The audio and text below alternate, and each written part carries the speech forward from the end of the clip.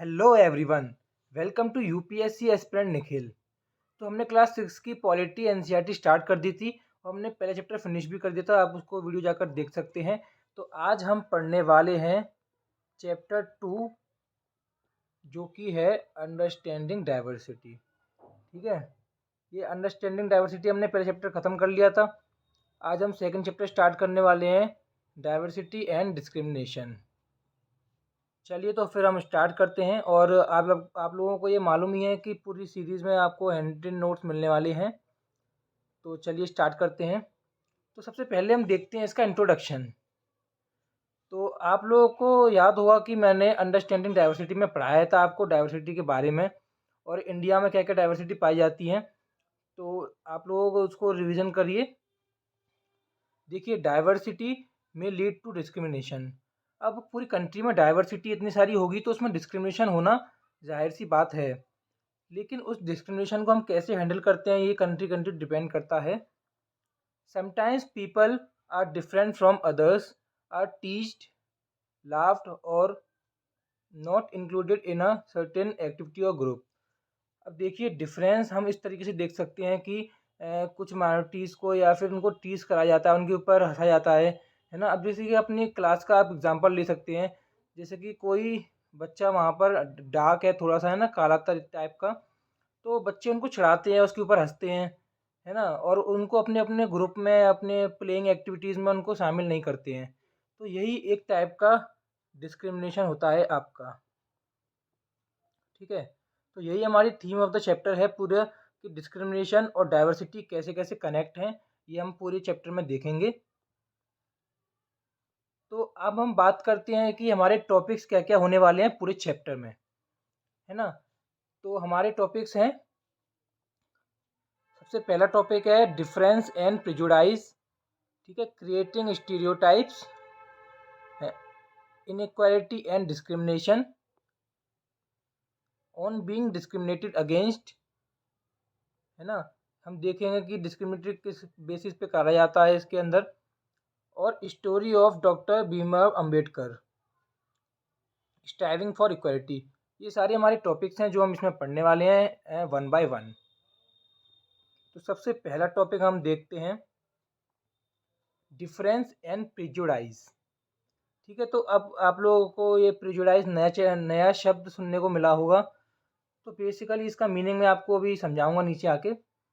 What makes us what we are, हमें ये क्या बनाता है कि हम क्या हैं। ठीक है, how we live, the language we speak, what we eat, we are the games we play and things we celebrate. ये सारी चीज़ें मिलकर हमें जो हम हैं वो बनाती है हमें। Diversity of India. अब जब हम डाइवर्सिटी की बात कर ही रहे हैं तो फिर इंडिया का थोड़ा बहुत हम बैकग्राउंड जानते हैं कि इंडिया में डाइवर्सिटी थोड़ी बहुत कैसी है। तो आप सब लोगों को मालूम है कि 8 मेजर रिलीजन्स पाए जाते हैं पूरे वर्ल्ड में। तो every single one of them is practice in India. तो ये सारे के सारे रिलीजन्स है ना, इंडिया में पाए जाते हैं। We have more than 1600 languages that are people's mother tongue. अब बचपन से मतलब वो लोग वही लैंग्वेजेस बोलते आ रहे हैं, तो इतनी सारी लैंग्वेजेस भी हैं हमारे पास। There are more than a 1000 dance forms. करीब करीब 1000 डांस फॉर्म्स हैं हमारी इंडिया में टोटल। यही अपने में बहुत बड़ी बात होती है। Yet this diversity is not celebrated. तो ये डाइवर्सिटी क्यों सेलिब्रेट नहीं करी जाती। अब इतने सारे डांस फॉर्म्स हैं, इतनी सारी चीज़ें, इतने सारे कल्चर है हमारे इंडिया में, लेकिन फिर भी ये सारी सेलिब्रेटेड नहीं करी जाती हमारी डाइवर्सिटी। इनके क्या कारण रहे हैं। When we meet people who are very different from us, we may find them strange and unfamiliar.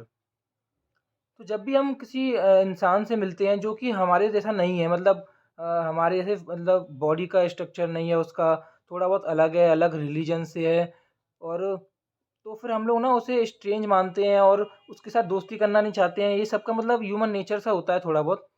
तो ये सब चीज़ें डिफरेंस बनाती हैं।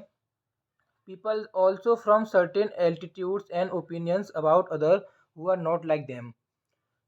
अब जैसे कि मैं जा रहा हूँ तो मुझसे कोई मिलता है ना, तो मैं उसे ना जाने बगैर ही उसके बारे में, है ना, बातें बनाने लगूंगा, ओपिनियंस बनाऊंगा कि ये ऐसा होगा, ये ऐसा होगा। तो यही स्टीरियोटाइप्स होती हैं चीज़ें, और ये डिस्क्रिमिनेशन पैदा करती हैं लोगों के बीच। Opinion about the people living in rural and urban area. अब रूरल और अर्बन एरिया में जो रह रहे हैं उनका ओपिनियन बना लेते हैं लोग कि रूरल में जो रह रहे हैं वो ऐसे होंगे, अर्बन में जो रह रहे हैं वो ऐसे होंगे। तो ये प्रिजुडाइज होती है। लोग पहले से ही नेगेटिव बना लेते हैं अपने अंदर ही कि ये यहीं पर यही होगा, इसलिए ये प्रिजुडाइज है। अब देखो आपको असली मीनिंग प्रिजुडाइज का मैं समझाता हूँ यहाँ पर। प्रिजुडाइज मीन्स टू जज अदर पीपल नेगेटिवली और सी देम एज इन्फीरियर। अब दूसरे लोगों को नेगेटिवली देखना, उनको इन्फीरियर मानना पहले से ही, जबकि वो ऐसा नहीं होगा, लेकिन हम लोग उसको नेगेटिवली लेते हैं, तो ये हम लोग अपना प्रिजुडाइज बना लेते हैं पहले से ही।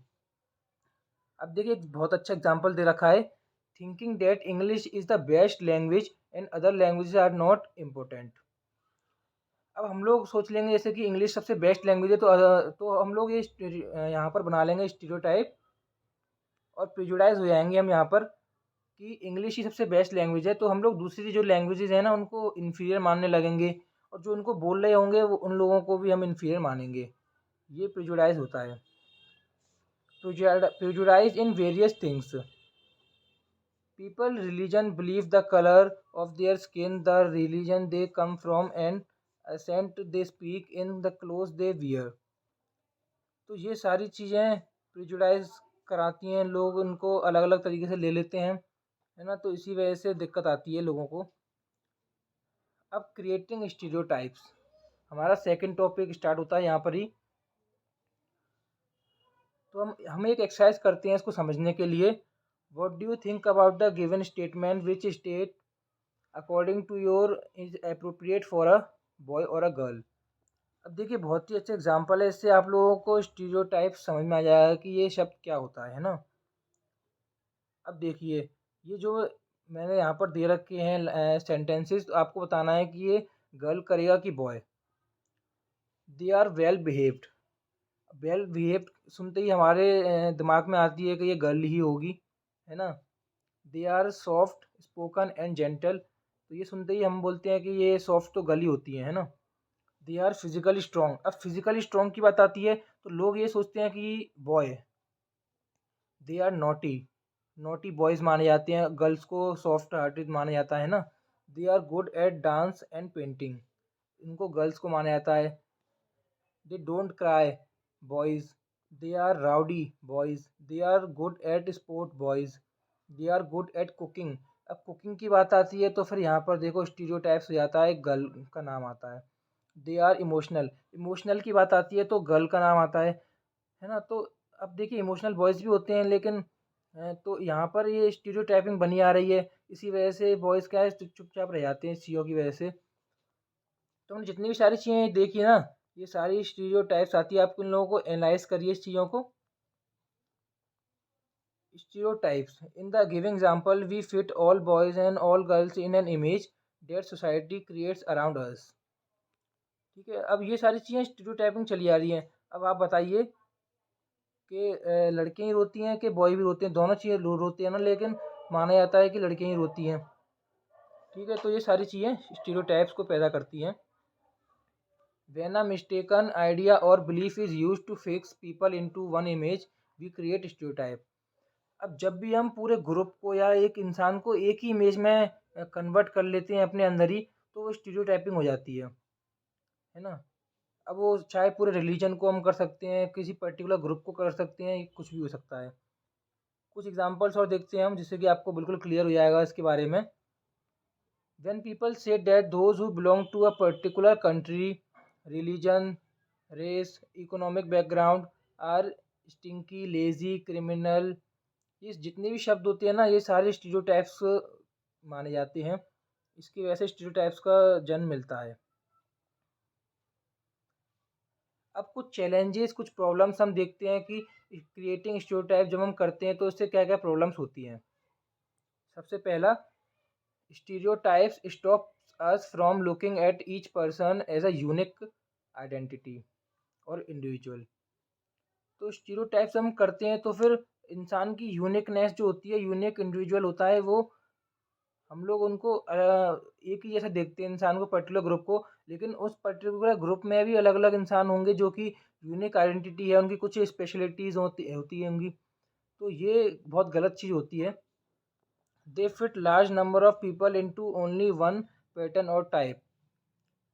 अब स्टीरियोटाइपिंग जब हम करते हैं तो फिर स्टीरियोटाइपिंग से क्या है, ये पूरा लार्ज ग्रुप है, उसको हम एक ही पैटर्न एक ही टाइप का मान लेते हैं, जबकि वहाँ पर भी डिफरेंट डिफरेंट चीज़ें हैं ना, तो ये गलत है।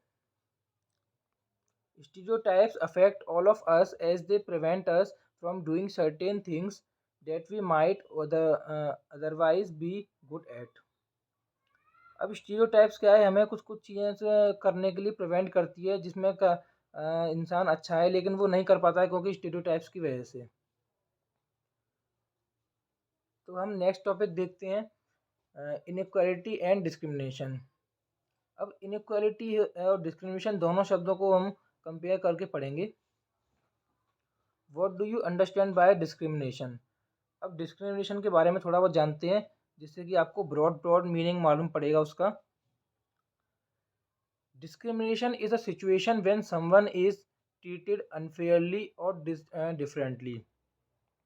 अब डिस्क्रिमिनेशन की बात आती है तो जब भी हम अनफेयर होते हैं किसी के थ्रू और उनको डिफरेंट समझते हैं, है ना, जैसे कि ब्लैक्स और वाइट्स का हो गया, तो हम लोग उनको डिफरेंट मान लेते हैं, लेकिन है तो वो भी ह्यूमन बीइंग। तो ये चीज़ यहाँ पर गलत हो जाती है और यहाँ पर डिस्क्रिमिनेशन पैदा होता है ना। तो वो लोग अलग अलग चीज़ें करना चाहते हैं, सेपरेट एरियाज़ बना लेते हैं, तो यहाँ से फिर डिस्क्रिमिनेशन पैदा होता है और समाज को ये बहुत ही दिक्कत देता है आगे जाकर।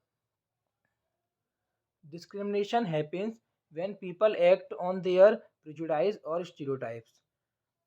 हाँ, ये दोनों शब्द अगर कहीं पर भी आते हैं तो वहाँ पर डिस्क्रिमिनेशन होना तय है। प्रेजुडाइज मैंने आपको समझा दिया और स्टीरियोटाइप भी समझा दिया, तो आप इसको कनेक्ट करें। और डिवीज़न एंड डिस्क्रिमिनेशन इन दोनों की वजह से यहाँ पर आता है। Discrimination due to diversity. अब डाइवर्सिटी की वजह से भी डिस्क्रिमिनेशन हो सकता है।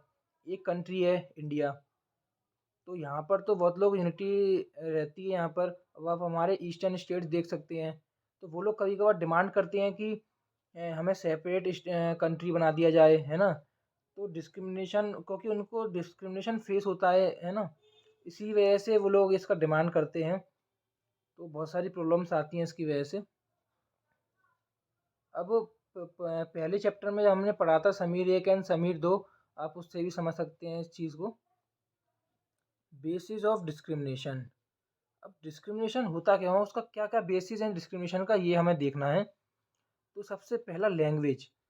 लैंग्वेज के बेसिस पर डिस्क्रिमिनेशन होता है। जैसे कि अलग अलग स्टेट्स हैं तो वो अपनी लैंग्वेज को प्रेफर करते हैं, वो चाहते हैं कि नेशनल लैंग्वेज उन्हीं की स्टेट से बने, तो यहाँ से भी डिस्क्रिमिनेशन होता है। रिलीजन की वजह से डिस्क्रिमिनेशन होता है। कस्टम्स एंड प्रैक्टिसेस की वजह से डिस्क्रिमिनेशन होता है ना। और इकोनॉमिक बैकग्राउंड्स भी बहुत ही इम्पोर्टेंट इफेक्ट है डिस्क्रिमिनेशन के लिए। अब हम देखते हैं discrimination due to economic inequalities. अब इकोनॉमिक इनक्वालिटीज़ की वजह से डिस्क्रिमिनेशन कैसे होता है ये हम समझते हैं थोड़ा बहुत। It is not a form of diversity but it is a form of inequality. ये डाइवर्सिटी नहीं है बट ये फॉर्म ऑफ इनक्वालिटी है। अब देखते हैं पुअर और रिच का यहाँ पर example. People who are poor do not have the resources और the money to meet their basic needs of food, clothing and shelter. तो यहीं पर डिस्क्रिमिनेशन पैदा होता है। अब जो पुअर है वो अपनी बहुत सारी बेसिक एमिनिटीज़ हैं और नीड्स हैं उनको फुलफ़िल नहीं कर सकता है as compare to the rich, है ना। तो यहाँ पर डिस्क्रिमिनेशन होता है और इन लोगों को अलग देखा जाता है। जो रिच लोग हैं वो पुअर के साथ बैठना, उनके साथ खेलना पसंद नहीं करते हैं, है ना। तो यहाँ पर एक वीकर सेक्शन है जो कि वो पीछे रह जाता है डेवलपमेंट से। तो डिस्क्रिमिनेशन हमने देखा यहाँ पर। सम पीपल में experience both kind of discrimination. अब जो इंसान दोनों तरीके के डिस्क्रिमिनेशन फेस करता है उनकी सबसे वर्स्ट कंडीशन हो जाती है poor as well as they belong to the groups whose culture is not valued. अब जो इंसान पुअर भी है उस पर पैसे की भी कमी है और वो ऐसे ग्रुप से बिलोंग करता है जो कि इंसान नहीं मानता है कि ये इन्फीरियर हैं। तो अब जैसे एग्जांपल ट्राइब्स, ट्राइब्स को ऐसा देखा जाता है इन्फीरियर के, तो इनको कितनी सारी मुश्किलें करनी देखनी पड़ती हैं, तो इनको बहुत सारी दिक्कत आती हैं। अब एक एक वर्ड है मुस्लिम्स, है ना? तो आपके दिमाग में सबसे पहले आता होगा कि एजुकेशन नहीं होती यहाँ पर, वुमेन को पढ़ाया नहीं जाता है ना? पॉवर्टी यहाँ पर है मुस्लिम्स के बीच में। तो ये स्टीरियोटाइपिंग होगी एक तरीके से। आप मतलब एक शब्द सुनते ही उसको कुछ और बना लो, लेकिन जबकि ऐसा नहीं हो, तो आप लोग मतलब बिना देखे, बिना डिस्कवर करे उस चीज़ को पहले से ही थिंकिंग कर लेते हैं, तो फिर ये स्टीरियोटाइपिंग बना लेते हैं। चलिए, तो अब नेक्स्ट टॉपिक देखते हैं अपना, ऑन बीइंग डिस्क्रिमिनेटेड अगेंस्ट। अब किसके बिहाफ पे डिस्क्रिमिनेशन होता है, तो ये सब हम इसमें देखते हैं। People are engaged in different kinds of work. People अलग अलग वर्क करते हैं। Some are valued more, some are valued less. अब देखिए, हर कोई इंसान कुछ ना कुछ काम करता है, लेकिन उसकी वैल्यू इंसान की वर्क की जो होती है वो अलग अलग होती है। अब यहीं पर मैं एक एग्जांपल दे देता हूँ कि कोई क्लीनिंग का वर्क करता है, साफ़ सफाई का वर्क करता है, तो उसको कम पैसे दिए जाते हैं एज़ कम्पेयर टू कोई ऑफिस में बैठता है ना, कंपनी में वर्क करता है, तो उसकी इनकम ज़्यादा होती है। तो वर्क के हिसाब से भी ये डिस्क्रिमिनेशन यहाँ पे पैदा हो जाता है। ऐसा क्यों है? This belief is an important aspect of the caste system. सबसे वर्स्ट इविल है हमारा caste system. In the caste system, communities, groups of people were placed in a sort of ladder where each caste was either above or below the। अब देखिए, ये एक सीढ़ी की तरह है। पहले क्या था कि ये पैरेलल हुआ करता था, तो सभी इक्वली माने जाते थे, लेकिन उसके फिर बर्थ के बेसिस पर इसको एक लेडर की तरह बना दिया गया कि जो सबसे ऊपर है वो upper caste, middle caste, lower caste, इस तरीके से ये बनाया गया। तो upper caste and lower caste. तो अपर कास्ट क्या है कि शो देमसेल्फ एज सुपीरियर। ये अपने आप को सबसे ऊपर मानते हैं और सुपीरियर माना जाता है इनको, है ना, पहले टाइप में। और कंसिडर्ड एज अनटचेबल, दलित, ब्रोकन। जो लोअर कास्ट है उनको दलित माना जाता है कि ये अनटचेबल्स हैं, इनको टच नहीं करेंगे, है ना। अब तो ये सब सुप्रीम कोर्ट ने डिमिनिश कर दिया है, ये एग्जिस्ट नहीं करता है, लेकिन एक एग्जांपल हम लोग देख रहे हैं। अब caste rules specified the work to be performed. अब कास्ट में ये सब स्पेसिफाई है कि ये वाला कम्युनिटी ये वर्क करेगी, इनको यही करना पड़ेगा, इनके बच्चे होंगे तो ये भी यही काम करेंगे। Some groups were force to pick garbage and remove dead animals from the village.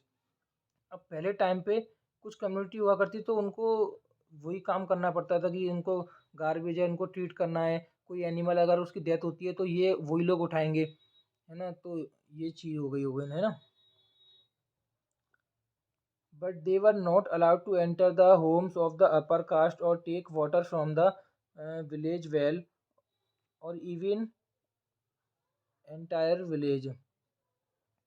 ठीक है, तो फिर अब उन लोगों को अलाउड नहीं था कि वो अपर कास्ट के होम्स में जा सके, है ना, take water from the village. अब जो उनका वेल था विलेज का, तो वहाँ से भी वो पानी नहीं ले सकते थे। टेम्पल्स में उनकी एंट्री बैन थी। Their children could not sit next to the children of the other caste in schools. अब जो अपर कास्ट के चिल्ड्रन पढ़ते थे स्कूल में, तो उनके साथ लोअर कास्ट के बच्चे नहीं बैठ सकते थे। तो ये सब चीज़ें कुल मिला के आप लोगों को डिस्क्रिमिनेशन समझाती हैं, और कास्ट सिस्टम की वजह से सबसे बड़ा डिस्क्रिमिनेशन फेस कराया जाता है बहुत लोगों को। Story of B R Ambedkar. अब नेक्स्ट टॉपिक हम देखते हैं कि बी आर अम्बेडकर की क्या स्टोरी रही थी, उनका क्या कंट्रीब्यूशन रहा था हमारे कॉन्स्टिट्यूशन के लिए और सोसाइटी को सिखाने के लिए कि डिस्क्रिमिनेशन करना बहुत ही गलत है। Doctor B R Ambedkar, Bhimrao Ramji Ambedkar, इनका जन्म 1991 से 1950 तक इनकी टाइम पीरियड था। Considered as father of Indian constitution. अब इंडियन कॉन्स्टिट्यूशन के ये फादर कहे जाते हैं क्योंकि इनका बहुत बड़ा रोल रहा था कॉन्स्टिट्यूशन को बनाने के लिए। ये लीडर माने जाते थे हमारे। Best known as leader of Dalits. अब दलित के लिए इन्होंने बहुत सारा काम किया, उनकी अपलिफ्टमेंट के लिए, उनको जो डिस्क्रिमिनेशन फेस करना था उनको ख़त्म करा उन्होंने। Doctor Ambedkar fought for the rights of the Dalit community. जो दलित कम्युनिटी के राइट्स थे उनके लिए उन्होंने लड़ाई करी। कॉन्स्टिट्यूशन जब बनना था तो उन्होंने बहुत सारे लॉज लाए उनके लिए, अपलिफ्टमेंट के लिए। He led many efforts of Dalit to gain entry into temples. अब जो टेम्पल्स में रेस्ट्रिक्शंस लगी हुई थी कि लोअर कास्ट के नहीं जा सकते, दलित नहीं जा सकते, तो डॉक्टर बी आर अम्बेडकर ने उसके लिए फॉट करा और दलित की एंट्री करवाई टेम्पल्स में। Doctor Ambedkar was the first person from his caste who completed his college education and went to England to become a lawyer। अब डॉक्टर अम्बेडकर पहले ऐसे पर्सन थे जो अपनी कास्ट में से सबसे पहली बार उन्होंने कॉलेज भी कंप्लीट कर दिया और वो इंग्लैंड में पढ़ने के लिए भी चले गए, है ना। तो ये उनके लिए बहुत बड़ी बात थी और उनकी कम्युनिटी के लिए बहुत बड़ी बात थी। लेटर इन लाइफ ही converted to Buddhism in his search for a religion that treated all members equally. अब हमें इससे ये भी मालूम पड़ता है कि उन्होंने बुद्धिज़्म को अपनाया था और वो बुद्धिज़्म की तरफ अट्रैक्ट हुए थे क्योंकि वो इस खोज में थे कि वहाँ पर रिलीजन नहीं होना चाहिए, रिलीजन के बेसिस पर इंसान को नहीं डिवाइड करना चाहिए। तो उन्हें बुद्धिज़्म बहुत सूटेबल लगा और वहाँ पर ऑल मेंबर्स को इक्वली ट्रीट करा जाता था। इसी वजह से वो वहाँ पर मूव कर गए। What do you know about him? His first experience of caste based discrimination.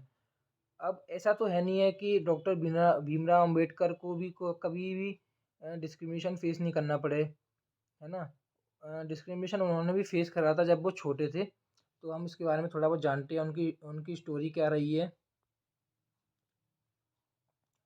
In 1901 when he was just 9 years old, he had gone with his brother and cousin to meet his father in Koregaon.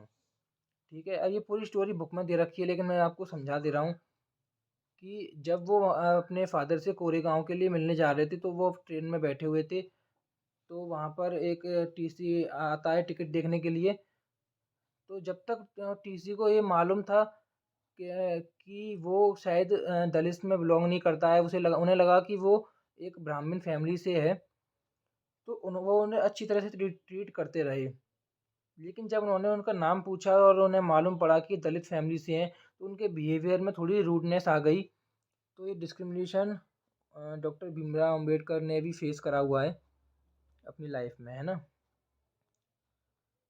तो आप लोग साथ साथ में ये notes लिख सकते हैं या फिर आप लोग एक बार कमेंट कर देना तो फिर मैं आपको क्या है पीडीएफ भी इसमें कर दूंगा अलॉट, है ना। या इसकी लिंक भी भेज दूंगा या फिर आप मेरे टेलीग्राम चैनल ज्वाइन कर लेना।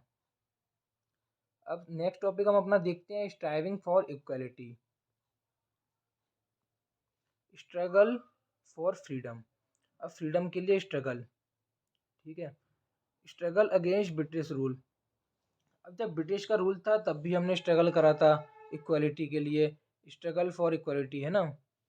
दलित, वुमेन, ट्राइबल, पीजेंट्स, इन सब लोगों ने बहुत ज़्यादा स्ट्रगल करा है अपनी लाइफ में इक्वलिटी पाने के लिए। Many Dalits organized themselves to gain entry into temples. अब वो बहुत सारी ऑर्गेनाइज्ड बनाई गई दलित के द्वारा कि हम भी टेम्पल्स में जा सकते हैं, हमारी रेस्ट्रिक्शंस क्यों हैं। जो कि डॉक्टर भीमराव अंबेडकर ने भी बहुत हेल्प करी उनकी। Women demanded that they should have as much right to education as man did. अब वुमेन्स ने भी डिमांड करी कि जितना राइट एक मैन को है उतना भी राइट हमें होना चाहिए एजुकेशन का, क्योंकि पहले क्या था वुमेन्स को एजुकेशन नहीं कराई जाती थी। Peasants and tribals fought to realize themselves from the group of the moneylenders and high interest they were charged। अब जो पीजेंट्स थे, जो ट्राइबल्स थे, उनको भी फ्रीडम चाहिए था, है ना। उनको भी इक्वालिटी चाहिए थी। जो मनी लेंडर्स थे उनसे बहुत ज़्यादा हाई रेट चार्ज करते थे, है ना, उनसे उनको फ्री होना था।